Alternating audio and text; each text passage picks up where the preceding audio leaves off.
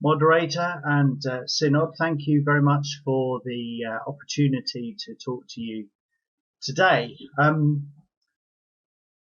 not got long to speak about chaplaincy in the military. There is quite a lot to say, but I've broken it down as best I can. First of all, let me talk about answering the call. For me, being an army chaplain allows me to go back to my original call into ministry, which was firstly to offer pastoral care to God's people and to offer worship. And military chaplaincy allows me to do both those things. What is really freeing, really liberating about military chaplaincy is that we don't have church meetings and we don't concern ourselves with the fabric of a building, for example. We don't have to raise the funds, for the urgent repairs of a church roof. Those buildings belong to the Ministry of Defence and Defence Estates. So those kind of things that, although important within ministry, those kind of things that can sometimes tie you up or take you away from the people ministry that we feel called to, they just don't exist within the military. So that is a blessing. Needless to say, there's also no flower rotas in military establishments. So first of all, it allows me to answer my call, which is the pastoral care of people and to offer worship. And that's a great privilege. When we think about the context in where we offer worship, for us, it is wherever the troops are, wherever the soldiers, officers and families are. So it could be in a garrison church, a regimental church building. Could be on the parade square. We think particularly of Remembrance Sunday, or the Christmas Carol service, the regimental Christmas Carol service, which is a great day in the army, certainly. But also we think about field services, and by a field service I mean a service held with troops on exercise, on operations in theatres of war, and it is literally me as the padre, as the chaplain, with the troops gathered around, and you would recognise the service that I offer, because we offer the church services from our sending churches. So I would do a church that would easily be recognised by everybody here today, and I just offer it there in the field. We don't necessarily sing. There's certainly no organ or no worship band,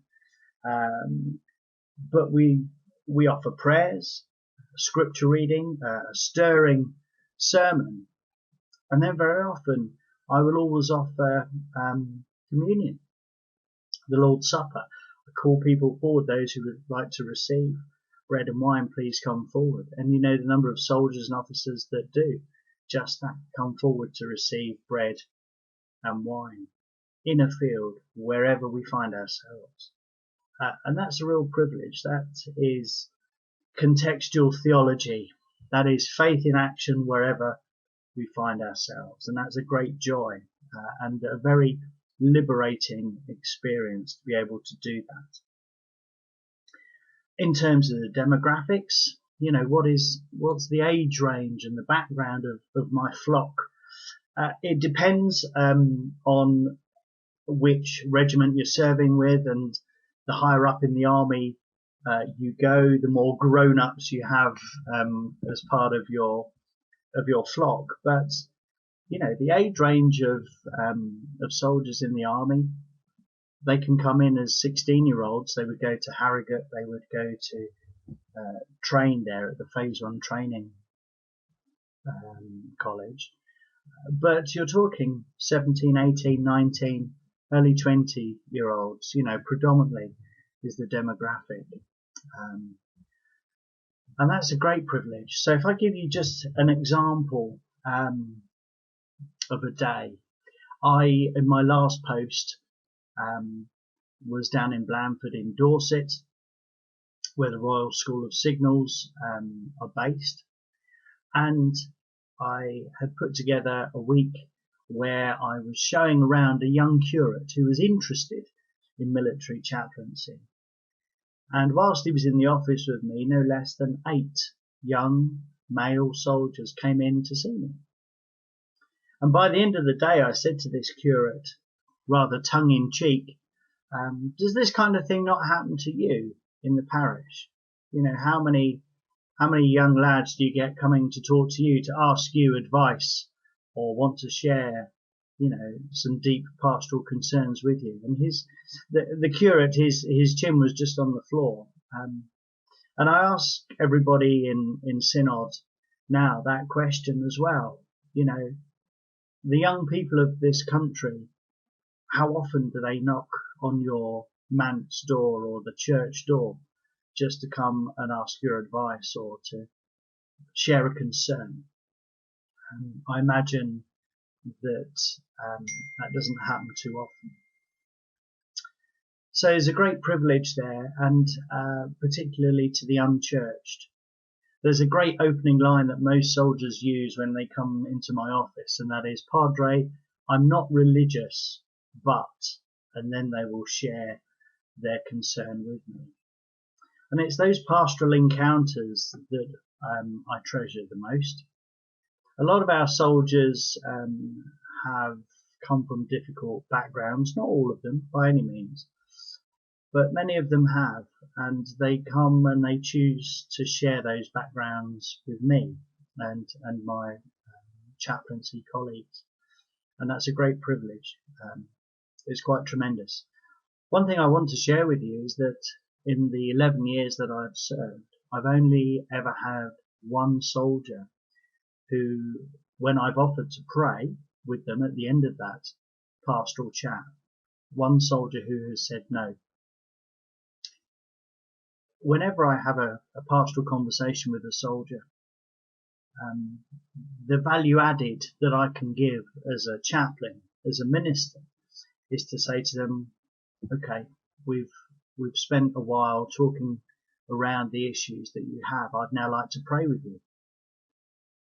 And inevitably they say, yes, please, Padre, that would be nice. And I pray with them.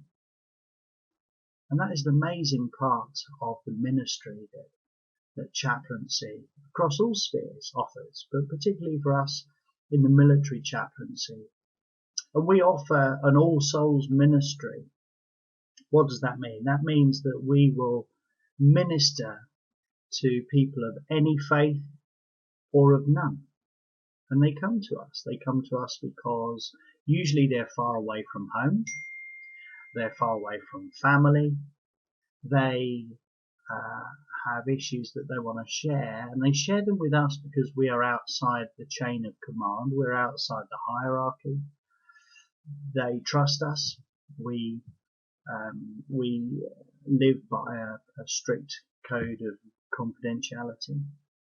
And we're part of that support network, that welfare network for our soldiers, officers and families. So it's a great privilege to be able to offer that care and then to pray. And I think that's the thing that sets us apart as chaplains, sets us apart from welfare officers who are officers within the regiment whose specific role is to offer welfare, very practical advice and practical solutions to the problems that our families and soldiers and officers have. What we offer as chaplains is a listening ear, that pastoral response to their issue, and that prayerful response as well. And that's a very unique gift to be able to offer that. And genuinely, I thank God for that. This is just a very, very small insight into the work of an army chaplain specifically. It's very similar across all 3 services, Army, Navy and RAF.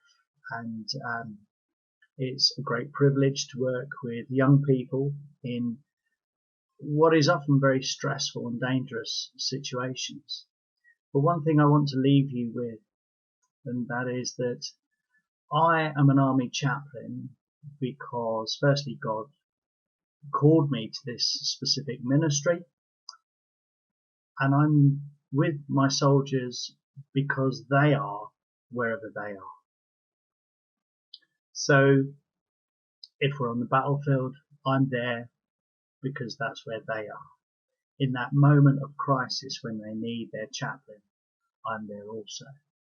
You know, we're to be with our soldiers all the time, as often as we can be, in all activities, but we must pray for them always. And I just ask Synod that you might, this remembrance time perhaps, just also think of the chaplains that work in all three of our armed services. Thank you.